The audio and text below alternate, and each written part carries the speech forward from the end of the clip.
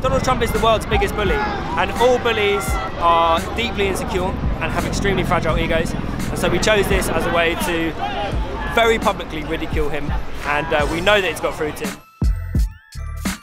My name is Max Wakefield, and I am one of the Trump babysitters, and I guess a proud co-parent of Trump Baby today.